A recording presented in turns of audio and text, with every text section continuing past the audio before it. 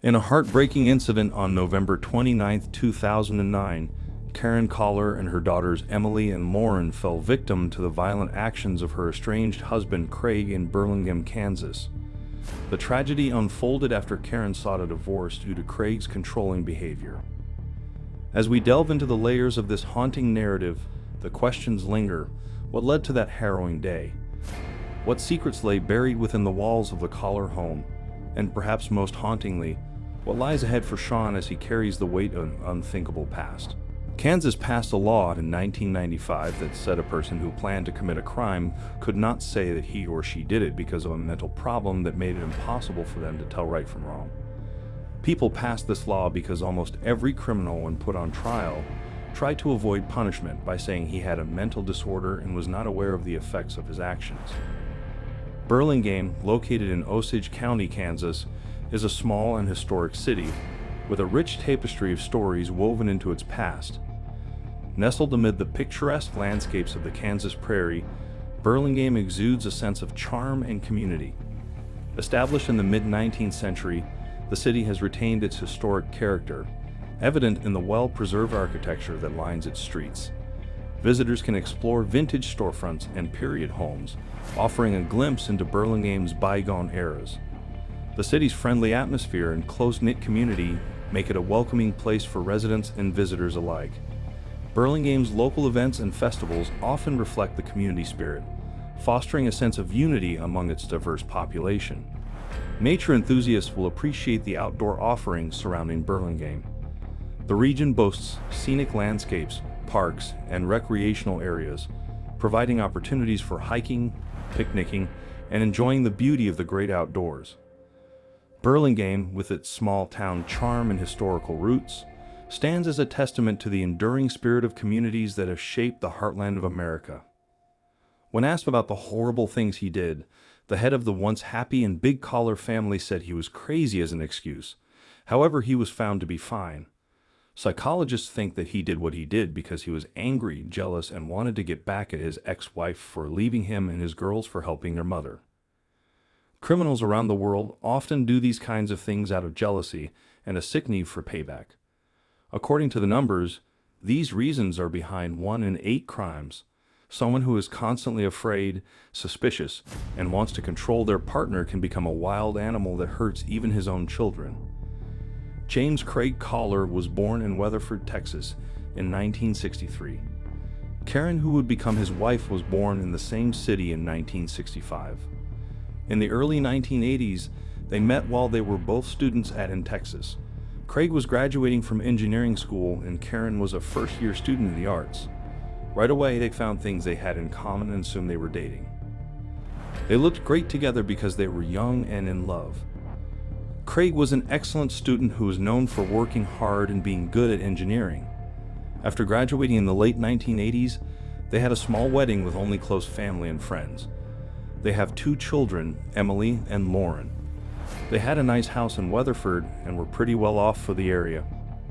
He got a raise around the same time that their son Sean was born, and he loved him very much. Craig bought a big house in the city's nicest neighborhood and a reliable family car when he made more money. Karen stayed home with the kids and Craig started making the most money. The family looked great on the outside.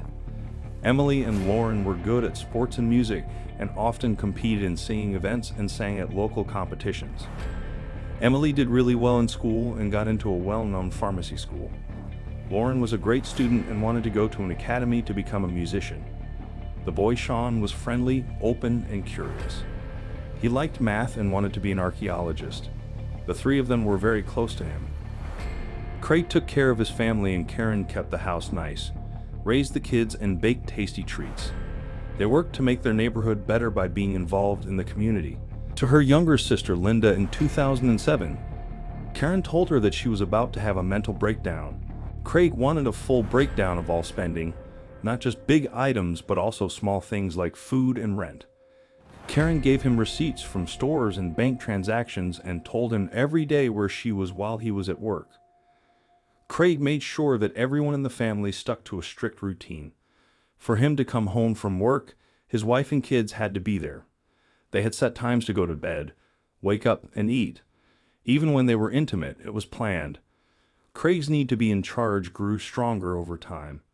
He became more and more needy and self-centered, and Karen planned her activities down to the hour. Karen felt like she was a slave because she had so many things she had to do and no free time. She did everything her husband asked of her in the hopes that he would let go and they could go back to their old life. But Craig did not want to change because he seemed to like being in charge. Linda was very upset by what her sister told her. It turned out that Craig was a terrible husband, father, and family man. Karen did not want to hurt her family. On top of that, she and her kids relied on Craig for money, so she chose to look for a job that would give her a steady income. Karen was in great form, even though she was very old and had 3 kids. She always followed the rules of good eating, went on diets from time to time, took care of herself, and jogged every day, but her husband never knew. She joined a fitness club in her area and began working out every day for several hours. It was how she let off steam, took her mind off things, and organized her ideas. Craig was at work when she went to the gym, and he did not even notice her. Soon the people in charge of the sports club noticed the woman who was pretty, fit, and hardworking. Karen was welcome to try her hand at being a fitness instructor with the possibility of getting a permanent job after the trial time. The former mother could only have dreamed of this chance because now she can do what she loves and get paid well for it. Craig found out that his wife was going to the gym in the end. Karen thought there would be a scandal and that her husband would tell her she could not go, but he acted quietly instead. He was even happy that his wife had found work and was now making money on her own. He only asked that she be home when he got there, cook food, and not get in the way of their planned relationship. Karen did not mind these rules because they gave her freedom of action and let her meet her own needs without having to explain every dollar she spent to her husband. There was soon a new trainer at the gym. Her name was Sunny Rice. Karen and Sunny became friends right away. Sunny became someone Karen could talk to about anything because she had been a stay-at-home mom for a long time who did not make friends outside of her family. The women spent every day at work together. They sometimes went for walks, drank coffee, and talked about how they felt. They became more than friends very quickly. Of course, they kept their feelings a secret from everyone, but Karen eventually realized she had to tell her husband everything. She spent months trying to find the right words for this talk because she did not know how to start or what might happen. She finally told Craig everything. Craig was very confused when his wife told him the truth, but he kept his cool and did not make a scene. The next day, Craig said that he was okay with his wife dating Sunny as long as he could join them. Karen did not know what to say when her husband asked her to marry him. He seemed to see this as a chance to improve his personal life and give his marriage to Karen more energy and new feelings. The women agreed to his plan at first, but they quickly saw that it was just a game for Craig. That weird love triangle did not last long, and Craig quickly learned that he was not welcome in their relationship. Craig felt hurt and told Karen to end the affair right away, but Karen kept dating Sunny because she was truly in love. Karen looked like she was ready to leave her husband for a new relationship and move to a different state after going through almost 20 years of marriage. Craig agreed in secret meetings that moving to a different state would be the best way to save his family after months of scandals, fights, and painful thought. He started sending out resumes to find a new job and soon got a job as a water director for a big company in Columbia, which is close to Kansas. Craig thought that his wife's move to a different state would end her relationship with Sunny and make things up between them again. The family had a hard time when they moved in the summer of 2008. The kids had to start over in a new place and change schools and make new friends. Karen and Sunny kept in touch regularly, calling and texting each other and meeting behind closed doors. They were going to drive to meet in the middle and stay at a hotel along the way for a couple of hours before going back home. Karen knew at that point that her marriage was over. Divorce was inevitable since she no longer loved her husband. Up until December 2008, these secret hookups kept going on. On the last night of the year, the Kahler family went back to their city to see family and friends. Sunny was also at this party. At first, Karen and Sunny kept things low-key by just saying hello to each other. As the party went on and the drinking got worse, they seemed to forget about social rules. The lovers would not be apart. They held hands, looked at each other longingly, and some guests even caught them kissing. Craig was really angry, not just mad. Karen put him down and insulted him in front of dozens of ex-roommates, friends, and coworkers who knew about her affair. Craig caused a scene at the party by yelling at his wife and Sonny. Craig pulled Karen away from the party by force because he was angry. He lost it on the way home. He grabbed her by the shoulders and shook her so hard that her dress tore. Then he hit her with a slap which made her trip and fall. The fight did not go away when they got home, and a few days later, Karen told Craig she was leaving him. She started the divorce process and asked for custody of the kids. At first, Craig tried to say sorry. He begged to stay with the family for the kids' sake and offered to try again in marriage. Karen was firm and she got a divorce. Craig then called Karen's family and friends, who they both knew, to ask them to talk to her and persuade her not to leave her family and stay with him. She told him very clearly that she was going for Sonny and that she was never really happy in their marriage no matter how hard he tried. When they were still living together in the early spring of 2009, they got into another fight. This time, Craig hit her for the first time since the New Year's Eve party. He was arrested after Karen told the cops about him. At the police station, he said that his wife was crying and that he had only grabbed her tightly to calm her down, which is what left her arms bruised. Following this event, Karen took the kids and left without waiting for the divorce to be finalized. For Craig, it was a big blow. But what hurt him even more was hearing that his girls supported their mother and said they saw her happy for the first time in a long time. He thought this was a betrayal, so he stopped talking to Emily and Lauren. Instead, he called Sean and took him with him on the weekends, but he ignored his daughters completely. Craig still hoped that his wife would change her mind and come back to him, even though the divorce process was still going on. He tried to control her because he was jealous and followed her around all the time. In an effort to stay hidden, he watched her house and followed her around town in a rental car. He even tried to set up a camera in her house when no one was there. All of this obviously took time and work, so Craig had to miss work. He first took a break, then said he was sick, and finally he stopped showing up for work without a reason. This careless behavior got him fired. Craig had to move back in with his parents after losing his job and only source of income.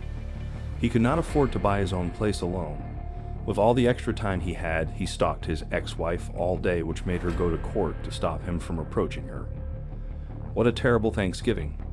In November 2009, Karen took her kids to spend the holidays with her 89-year-old grandma Dorothy White in the small Kansas town of Burlingame.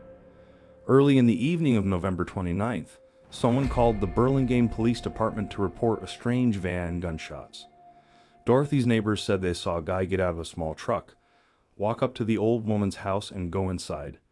After that, they may have heard screams and gunshots, but they were not sure. After that, the man quickly left the house, got back in his truck, and drove off. Because they thought he was armed, his neighbors did not try to catch him. When the cops arrived at the house, a scared 10-year-old boy was calling for help. It was Sean Kahler. He did not know what had happened, but it was clear that the cops would find a scary scene inside. They found the 89-year-old homeowner lying in a pool of blood near the front door. Surprisingly, he was still alive even though he had been shot twice. Police found Karen's dead body in the kitchen. She was 44 years old. To kill her, someone shot her in the chest and then shot her in the head from close range. Her ex-husband had left her with no way to stay alive. Emily was 18 years old.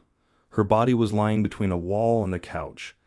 It looks like she tried to hide from her angry father, but he found her and killed her with 2 straight shots.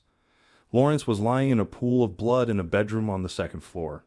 In her desperate plea for help, she was still alive, repeating over and over that her father was the one who had done it. A nearby hospital's intensive care unit took the old woman and Lauren right away. Not even the doctor's best efforts could save their lives. Lauren died early on December 1st from losing a lot of blood and having damage to her systems. A few hours later, her great-grandmother also died. Sean, the only witness who was still alive, was shocked. It took a lot of questioning of him because he was the only live witness to what happened at his great-grandmother's house. Psychologists helped him. He said that his mother was making dinner that night when he went up to her and asked for his favorite pies. Out of the blue, the back door to the house swung open, and their father walked in holding a shotgun. With no words, the man pointed the gun at his ex-wife and shot her. After that, he got closer and shot again. Sean froze in shock for the first few seconds. Then his father looked at him, but he did not aim. Instead, he just stared at him. Because Sean knew he had to run, he jumped out the back door that was open. The boy ran towards the front door, trying to call for help and tell his grandmother and sisters what was going on. It was then that he heard several more gunshots as he got to the entrance. He hid in a small outbuilding because he was afraid to go inside the house. He heard a few more shots and waited in fear for his dad to come home. "Where is Mr. Kahler?" asked the police, who put Craig on a list of people they wanted to catch right away because they knew he was armed and very dangerous. At the same time, cops heard about several reports of a truck going too fast, which helped them quickly figure out which way the gunman was going. The man left his car in the woods at one point and started walking down an empty road. The police caught up with him quickly and arrested him the next morning. He had left the gun and ammo in the back seat, and next to the driver's seat was prescription medicine for anxiety and depression. Mr. Kahler did not fight during the arrest.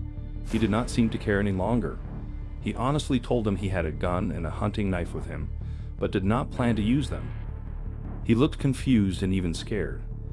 Besides that, he said he did something bad that he thought the cops already knew about.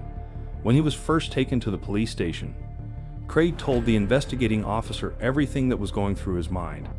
He talked about how his wife had cheated on him with Sonny and made fun of him in front of his friends at a New Year's Eve party. He also talked about how his efforts to save his marriage had cost him his job and his sense of self-worth. The man cried and said he did not understand why he did what he did. He also said that everyone, even his children, had betrayed him. Craig's trial began in December 2010. With the help of his lawyer Thomas Heaney, the suspect changed his story and said that he did it because he was mentally ill or insane. It was his only way out of getting the death sentence for killing 4 people. Heaney tried to persuade the judge that his client was going through a tough mental and emotional time because his wife had left him for a lover, his kids had supported their mother, he had lost his job, and he had to move back in with his parents. The lawyer said that all of these things led to the breakdown and Mr. Kahler did the crime while he was crazy and did not know what he was doing.